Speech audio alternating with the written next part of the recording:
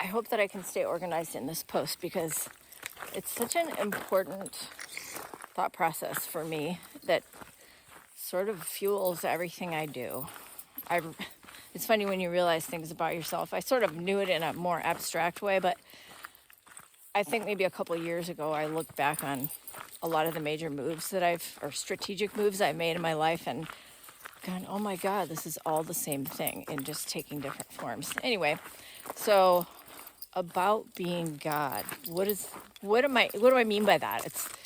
It sounds like kind of sacrilegious probably to some people, and it absolutely isn't. It's, a lot of people believe that you worship God if you're a God person, and then you try to be like God.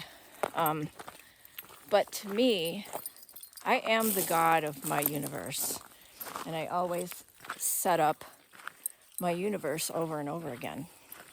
I'm just going to give random examples of this because it's kind of ethereal.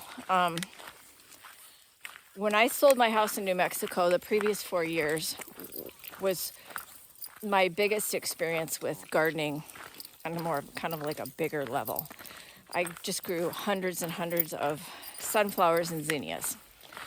So when I saw the pollinators coming on over and going, this place is awesome, thanks, like burp, eating all the stuff or using all the stuff for pollination, just staring at them for a long time, and while they're licking up all the stuff out of the flowers, the hummingbirds, tons of hummingbirds. I couldn't believe what a difference that I could make. I bought the house.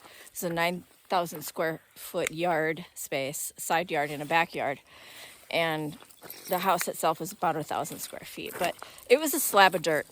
It was a slab, rock hard, dry, New Mexico cat litter box. And I worked so hard. I mean, I got rid of tons of goat heads.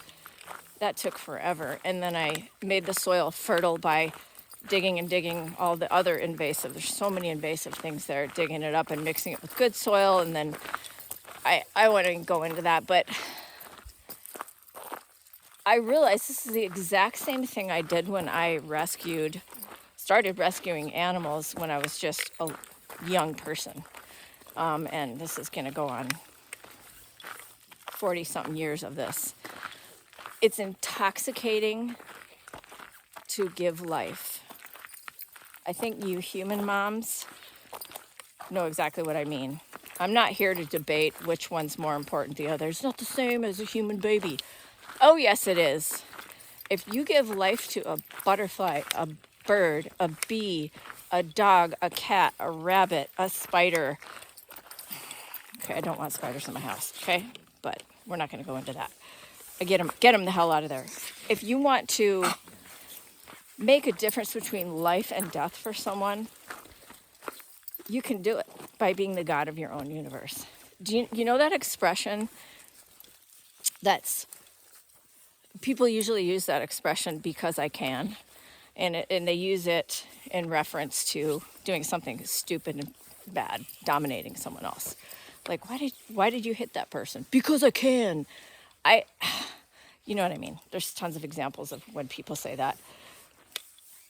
I feel like, why do I do this? I don't get paid for it.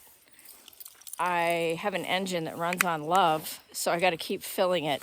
And what fills it is I work my ass off, and then I generate my profit so that I can save more lives and make a universe that's not just beautiful and wonderful and sustaining for them and nourishing, but for me too, because that's what nourishes me.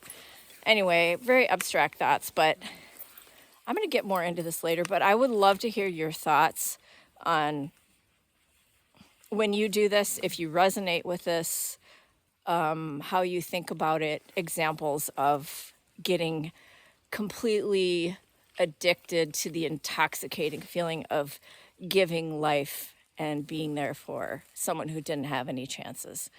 Also, guess where I am? I'm in the forest on Indian tribal lands. Here's my little my little goobers that I'm walking. I do this every single day before I go off to my cake decorator job. And I'm not great at videoing, but I got 2 dogs in my backpack too. So, okay. Have a great day.